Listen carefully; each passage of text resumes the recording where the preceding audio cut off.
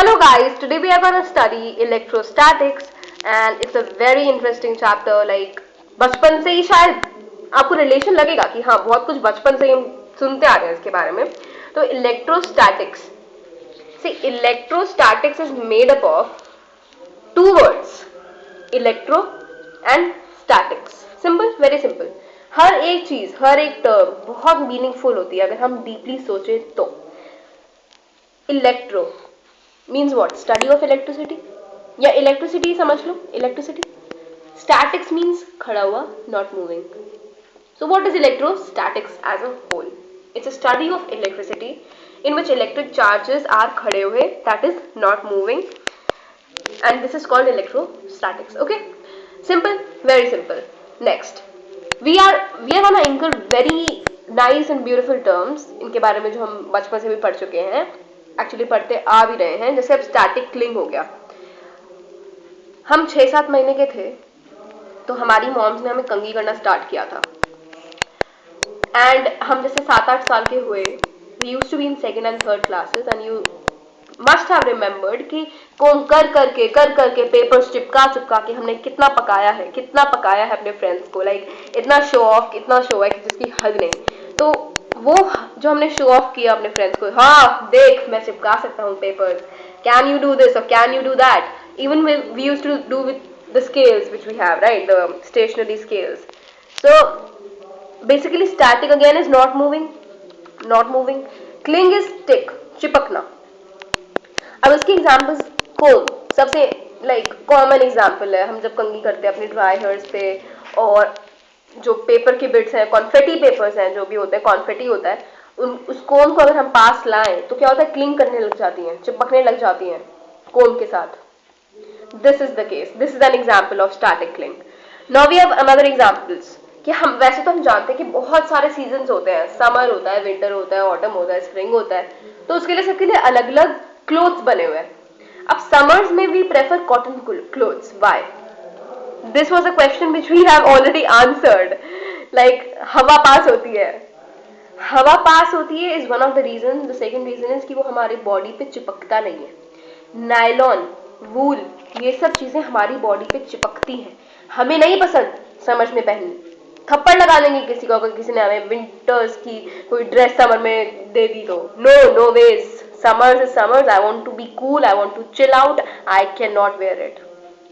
So this is the reason why we can't. Also balloons in the parties. For example, कोई birthday party है तो हम क्या करते हैं, हम टेप से लगाने में लगे रहते हैं. पता नहीं क्या क्या हम वो करते हैं, दीवार खराब करते हैं बलून्स के लिए. Instead just rub it on your hair or on your clothes. It is better silk cloth या नायलॉन का क्लॉथ हो, और उसे वॉल पे लगाओ, चिपक जाएगा. थोड़ा टेम्पररी है, गिर जाएगा फ्लोर पे, कोई नहीं, फ्लोर डेकोरेट हो जाएगा. See, there are so many. Science is so beautiful. It will help you in the parties also. Now, electric charge. What is electric charge? Electric charge is characteristic in a particle of a material. Here there are two important words, characteristic and material. Pradeep sir ने भी बताया हुआ है, characteristic and material are the two very important words in the definition of electric charge. Now, electric charge is a characteristic developed in a particle of a material due to which वो force exert करता है on other such particles. It automatically accompanies the particle wherever it goes. Simple? Like the definition is very simple, I think. Electric charge जो है वो body का एक property है या कैरेक्टरिस्टिक है जो एक पार्टिकल में डेवलप होता है, उस पूरे मटेरियल के पार्टिकल में. जैसे मान लो ग्लास रॉड में डेवलप होता है. क्यों डेवलप होता है? Because of the force it exerts on other such particles. Now how is this electric charge developed? The creation of charge. Creation of charge जैसे हमने स्टैटिक क्लिंग में भी पढ़ा, रब करने से. हम जब बलून को रब करते हैं अपनी बॉडी से और चिपक जाता है वो वॉल्स के ऊपर, तो वो क्या हो रहा है, हम रबिंग कर रहे हैं, तो क्या हो रहा है, फ्रिक्शन जनरेट हो रही है, तो फ्रिक्शन के कारण चिपक रहा है वो. This is one of the way to create a charge. Now electrification is another way. It's not basically way, it is like the body which carries charges is known as electrified body and the body which does not carry charges can be called as non-electrified. Now, electrification due to friction is called frictional electricity. Important. Frictional electricity. Electrification due to friction. What is electrification? Carrying the charges, the body carrying the charges is the process of carrying the charges basically is called electrification. The next part is the types of charges. See, Mr. Benjamin Franklin, he was very smart. बहुत लोग confuse थे उस time कि क्या करें क्या ना करें, सबने ट्राई किया. वैसे let me quote an example before telling you the type of charges and the repel and attract वाला पार्ट जो आप वीडियो में देख सकते हैं. But before that let me tell you what used to happen. People used to rub silk cloth like the scientist basically. हम जब silk cloth को रब करते थे वो लोग एक ग्लास रॉड के ऊपर, और उस ग्लास रॉड को हम अगर पेपर की या फिर कॉन्फेटी के पास लेके जाते थे तो चिपकते थे वो. फिर हमने क्या किया, हमारे जो साइंटिस्ट थे उनके दिमाग में आया आइडिया. उन्होंने ग्लास रॉड ए और ग्लास रॉड बी ली. ग्लास रॉड ए को सिल्क से रब किया, फिर पेपर्स पे चिपकाया, वो क्लिंग करने लग गए. जो ग्लास रॉड बी थी उसको भी सिल्क से रब किया, पेपर्स के पास ले गए, वो भी चिपक रही थी. अब glass rod A glass rod B उन दोनों को पास में लाए. अब क्या हुआ, वो दोनों रिपेल कर रही थी. वो दोनों रिपेल क्यों कर रही थी? बहुत confusion. Again one more confusion. Repel कर रही थी, चलो ठीक है, वो तो एक प्रॉपर्टी है, बट क्या किया जाए, एक स्टैंडर्ड डेफिनेशन कैसे बनाई दी जाए एक चार्ज के लिए? तो बेंजामिन फ्रैंकलिन ने ये निकाला कि क्यों ना हम दो डेफिनेशंस बनाते हैं या दो साइंस बनाते हैं. जैसे केमिस्ट्री में भी साइंस बनता है, helium, lithium, neon, argon and what not. ऐसे ही साई फॉर, let me not include that.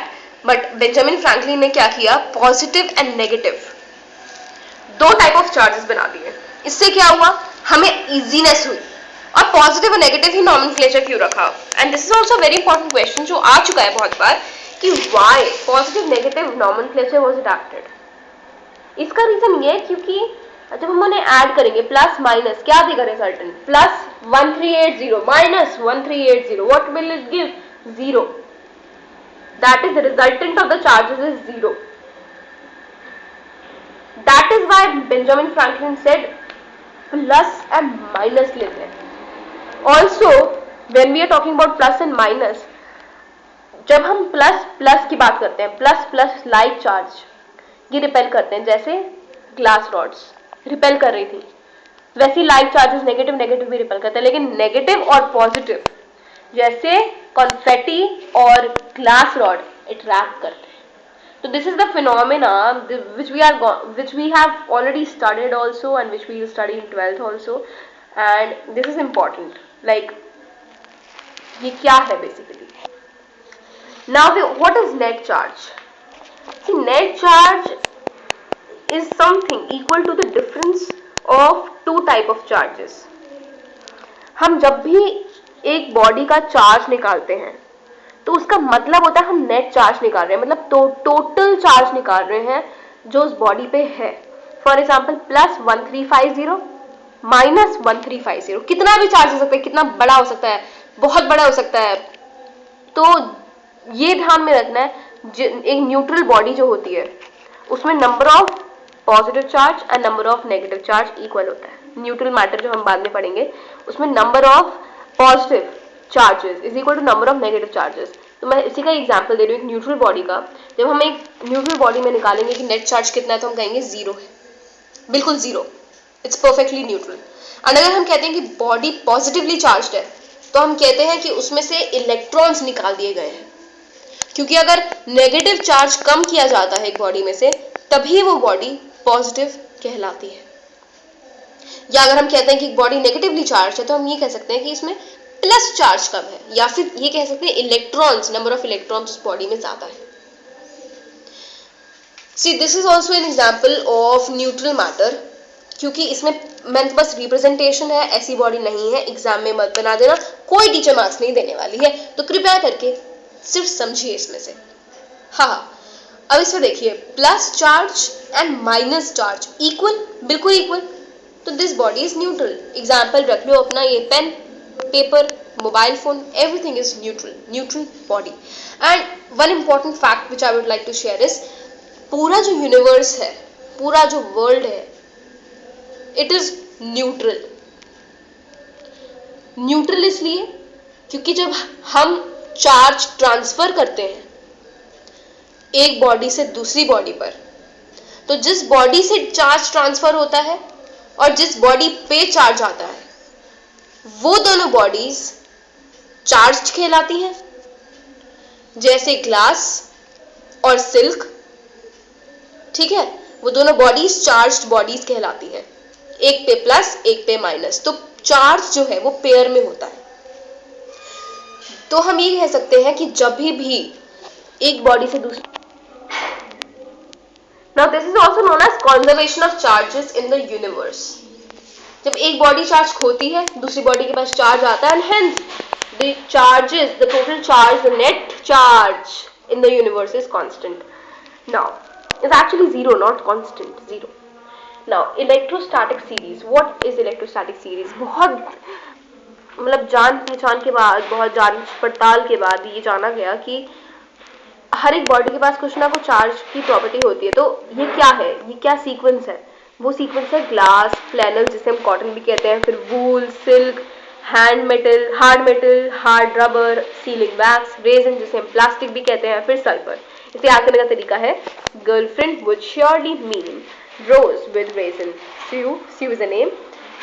अगर हम ग्लास को वूल के साथ रब करेंगे तो हमें पॉजिटिव मिलेगा, और अगर हम सीलिंग वैक्स को वूल के साथ रब करेंगे तो नेगेटिव मिलेगा।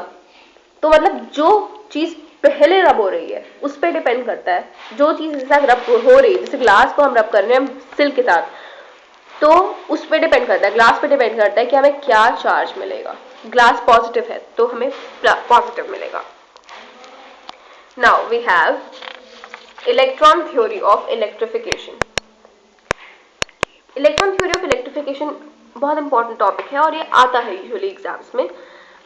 This is about an atom जिसका न्यूक्लियस पॉजिटिवली चार्ज है, जिसके अराउंड इलेक्ट्रॉन्स घूम रहे हैं, which we have already studied in chemistry, and this is I think the basic of chemistry, and ये चीज फिजिक्स में यूज हो रही है, तो physics and chemistry and maths all are related. Physics बहुत अच्छा सब्जेक्ट है, प्यार करो इससे, और बढ़िया सब्जेक्ट है ये।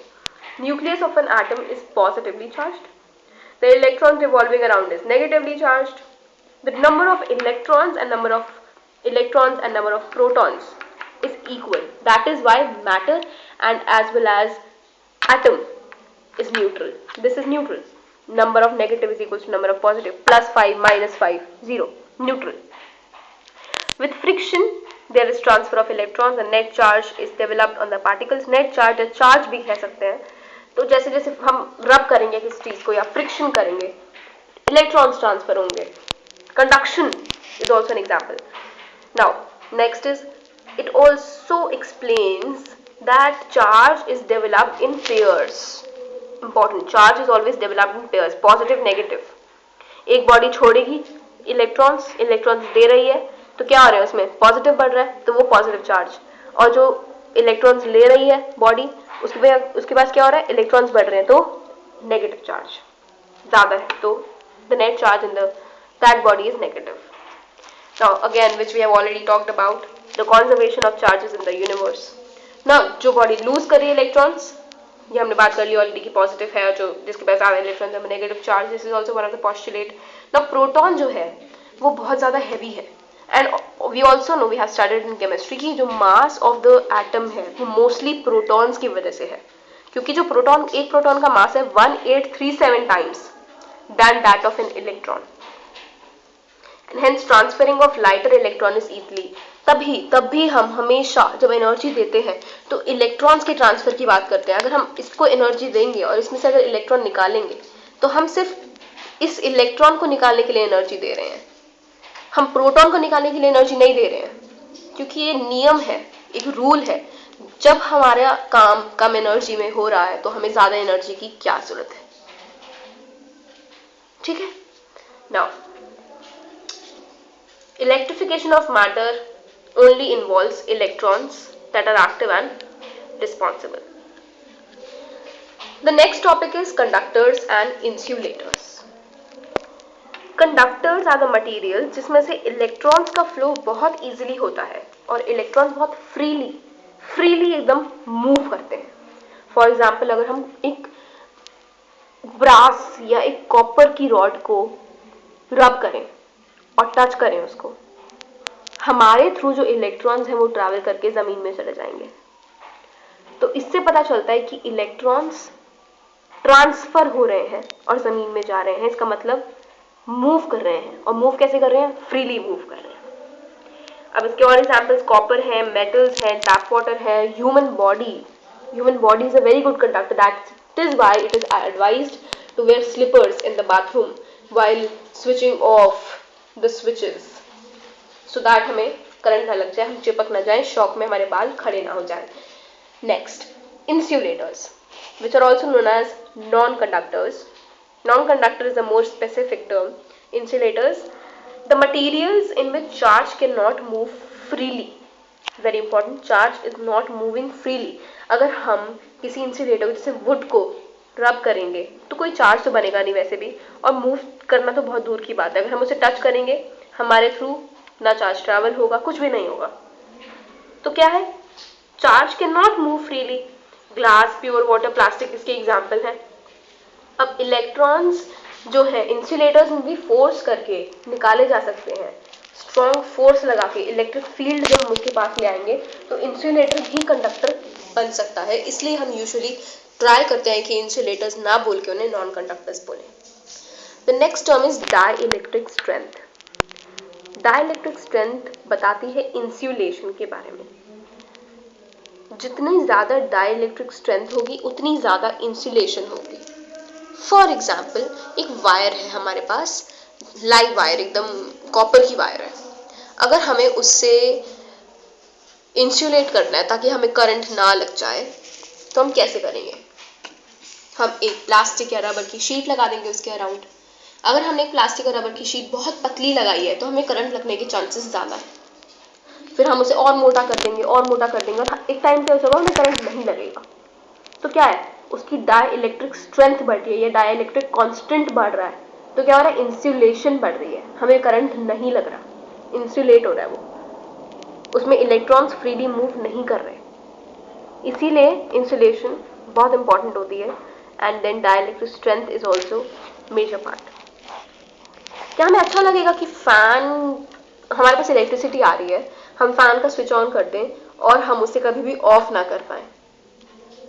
तो इंसुलेशन इज ऑल्सो रेजिस्टेंस, जो अगर हम ऑफ कर देते हैं एक चीज को तो वो एक बहुत इंपॉर्टेंट और अहम पार्ट निभाता है. हमें एक चीज को ऑफ करना चाहिए. हर एक चीज का एक्सेस बुरा होता है. ये नहीं कि पंखा सर्दियां भी हैं तब भी चल रहा है और बिल देता जा रहा है. हमें ऑफ तो करना पड़ेगा ना उसको. वहां पे इंसुलेशन काम आता है. Now this is the conductivity series. हाँ, इसे थोड़ा सेपरेट है, आप इसके बीच में लाइन बना सकते हैं. This is the separate thing, conductivity series. Silver is the best conductor, best conductor, और costliest conductor. Then we have copper, aluminium, iron. अमीर लोग सिल्वर यूज कर सकते हैं और copper, aluminium. I am just kidding, मतलब we use it like in red lights also. Some solar panels में भी यही यूज होता है, सिल्वर यूज होता है. And of course silver is very costly, so we preferably use copper और aluminium over it. And iron इतना खास नहीं है. Now we have electrostatic induction. Electrostatic induction basically talks about polarization of charges. When a neutral body is present, और उसके पास अगर एक charged body, whether it's negative or positive, it is brought near it, तब क्या होता है? तब distortion होता है. अगर हम पॉजिटिव बॉडी एक न्यूट्रल बॉडी के पास लाएंगे तो नेगेटिव चार्ज उस पॉजिटिव बॉडी के पास आने की कोशिश करेगा. और अगर हम नेगेटिव बॉडी लाएंगे एक न्यूट्रल बॉडी के पास तो क्या होगा? नेगेटिव बॉडी लाएंगे तो क्या होगा? पॉजिटिव चार्ज पास आने की कोशिश करेगा। अब जैसे एक न्यूट्रल बॉडी है जिसमें number of positive charges number of negative charges के इक्वल है और एक दूसरे को कैंसिल आउट करते हैं। देखा सारे ओवरलैप कर रहा है। थोड़ा सा प्रिसाइज कर देते हैं इसको, हाँ ये पूरा ओवरलैप कर रहा है, तो मतलब कैंसिल आउट कर रहा है बेसिकली। अब मैं क्या करती हूँ, एक पॉजिटिव बॉडी जैसे ग्लास रॉड को इसके पास लाती हूँ, तो नेगेटिव चार्ज इसके पास आने की कोशिश करेगा ऐसे। तो अब क्या होगा, ये वाली जो लाइन है तो कट कर दिया, कैंसिल हो गया। अब हमारे पास उस बॉडी में एक लेयर पॉजिटिव की बची और एक लेयर नेगेटिव की बची, तो लेयर्स बच गई, and this is known as polarisation. Thank you. This was all for today. This was the starting, basically, the warm up for electrostatics. In the next part, we'll discuss some more information about the chapter. Thank you.